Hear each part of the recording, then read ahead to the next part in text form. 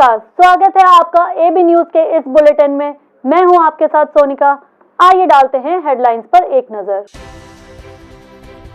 देश भर में निजीकरण के विरोध पर बैंक कर्मियों की हड़ताल दूसरे दिन भी जारी रही। 2 दिन की बंदी के चलते अरबों का लेन देन हुआ प्रभावित। देश की राजधानी दिल्ली में एक ही दिन में ओमिक्रॉन के 10 नए मामले सामने आए। देश में 98 हुई संक्रमितों की संख्या। बीजेपी सांसदों के साथ पीएम मोदी ने की अहम बैठक। आगामी विधानसभा चुनाव की रणनीति पर की गई चर्चा।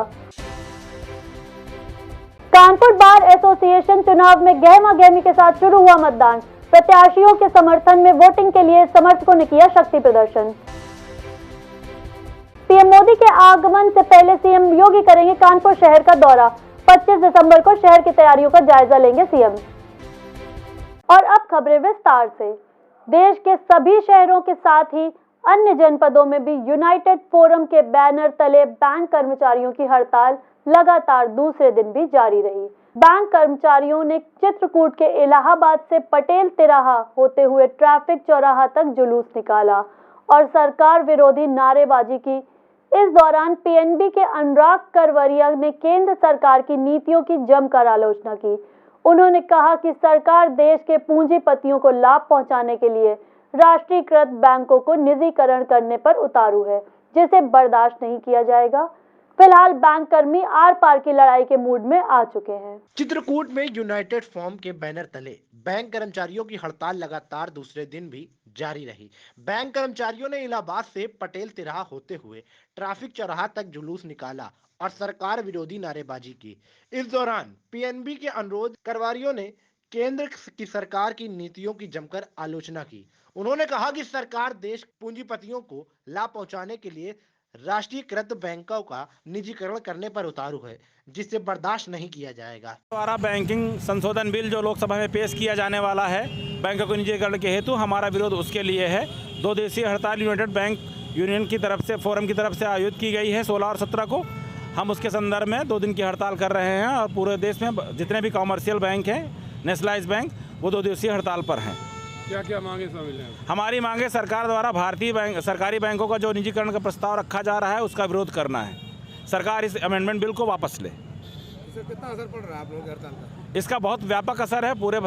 पूरे देश में सरकारी बैंकों की सारी शाखाएं बंद हैं और साथ ही जिन यूनियन ने हमें सहयोग नहीं किया है वो आंशिक रूप से हमें सहयोग कर रही हैं और वहाँ पर भी पब्लिक डीलिंग बंद है। और केवल हमारे ज़िले में ही लगभग 100 करोड़ करीब 30 करोड़ का कार्य प्रभावित हुआ है। ये चित्रकूट डिस्ट्रिक्ट की मैं बात कर रहा हूँ। और पूरे बैंकिंग इंडस्ट्री में देखा जाए तो लगभग कल हमारा 40,000 करोड़ का बैंक लेन देन प्रभावित हुआ है और आज की अगर शाम तक हमारे पास डिटेल आ जाएगी, लगभग 1 लाख करोड़ का ट्रांजैक्शन प्रभावित होगा पूरे देश में। किस प्रकार से प्रदर्शन कर रहे हैं आप लोग?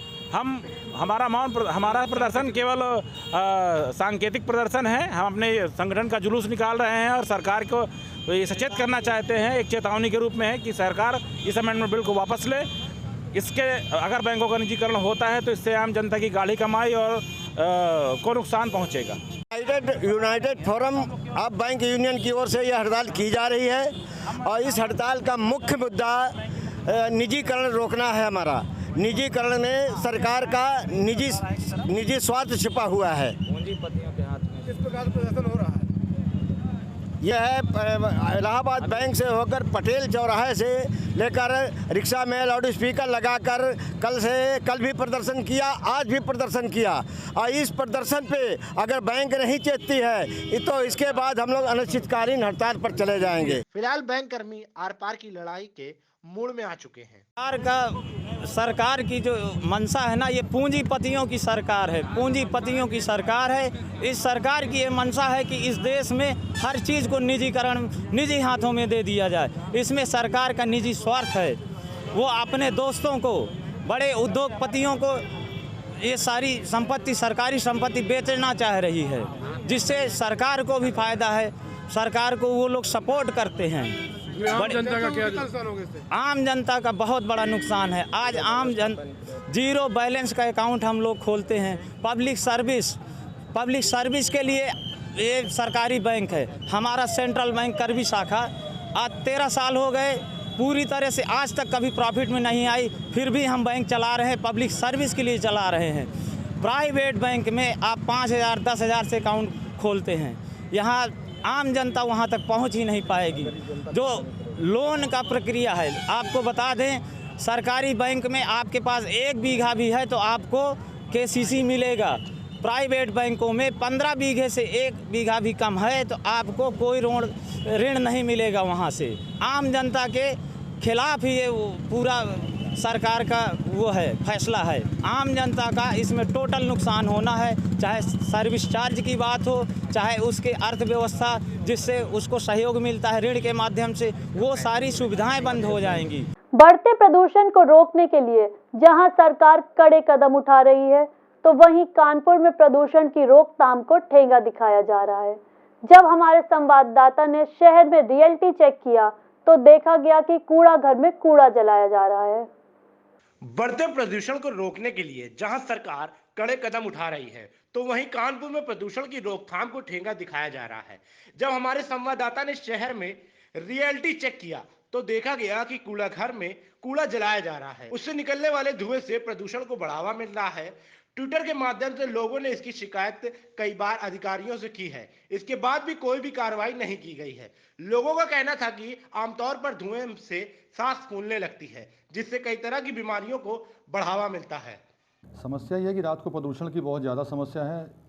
जगह जगह पर कूड़ा जलाया जाता है, उसका धुआं बहुत दूर दूर तक फैलता है और आपको दिखता ही है। बहुत शहर प्रदूषित शहरों में अपना शहर एक। किसी भी अभी अधिकारी साहब ने शिकायत करी? नहीं, ट्विटर के थ्रू मैंने जानकारी सबको दी है, लेकिन कोई रिस्पांस कहीं से आया नहीं है। आप क्या चाहते हैं? चाहते हैं जो कूड़ा जल रहा है उसको कूड़े को जलना बंद किया जाए, उसका निस्तारण ढंग से किया जाए। ये कूड़ा जलाना कोई उसका उपचार नहीं है।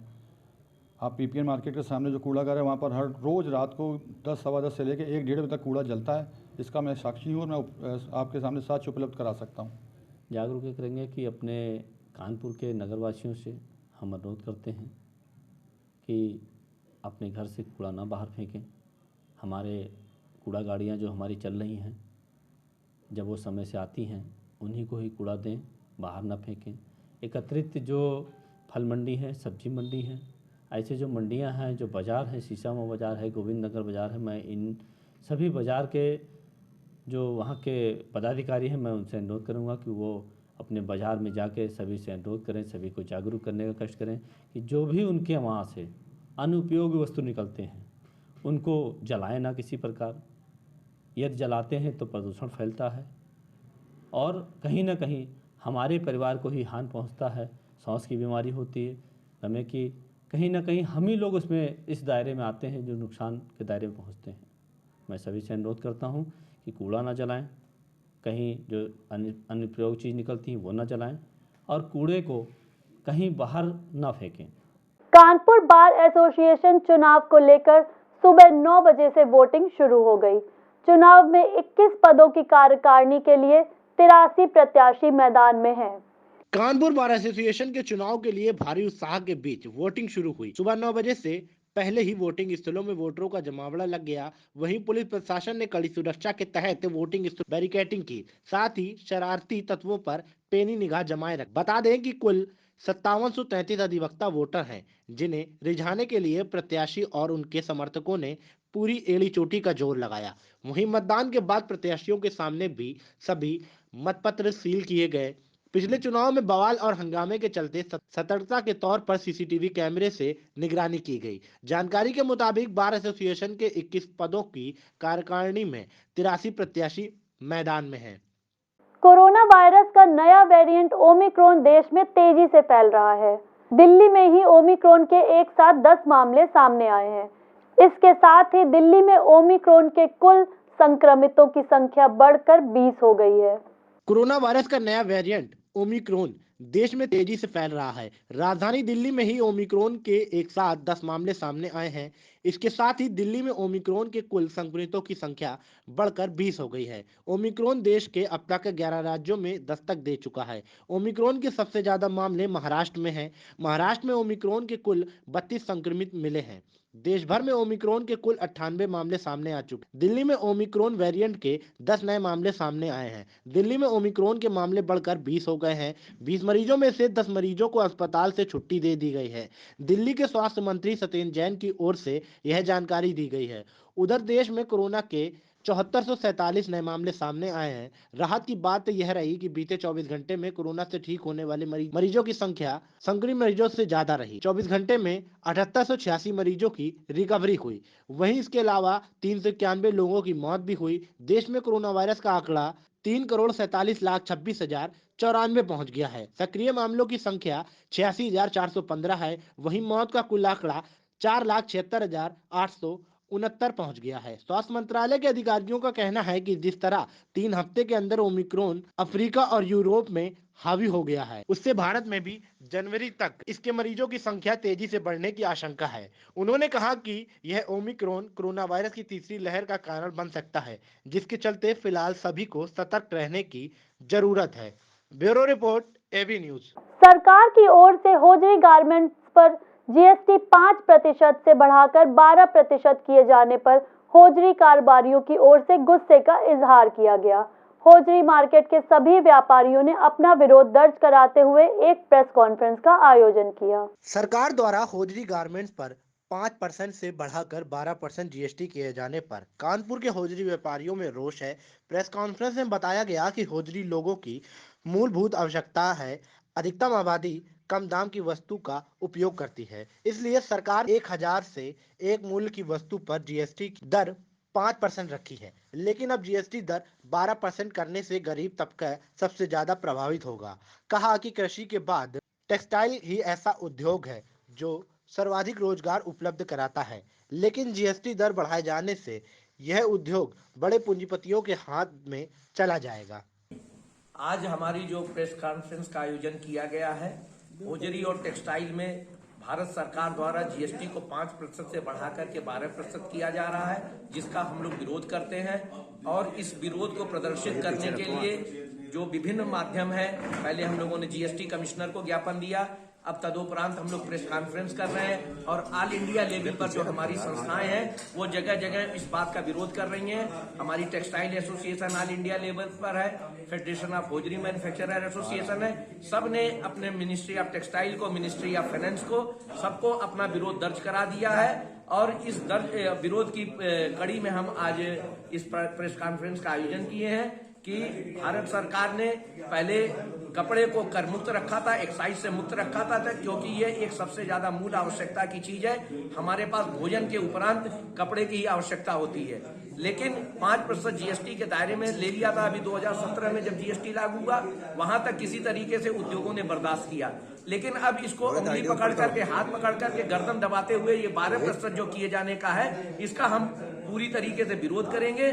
क्योंकि सरकार को ये निश्चित रूप से सोचना होगा कि अगर उद्योग प्रभावित हुआ तो अनएम्प्लॉयमेंट बढ़ेगा, अनएम्प्लॉयमेंट बढ़ेगा तो कहीं न कहीं कानून और व्यवस्था को भी चुनौती होगी। फिलहाल हमारे इस न्यूज बुलेटिन में इतना ही। आप देखते रहिए एबी न्यूज।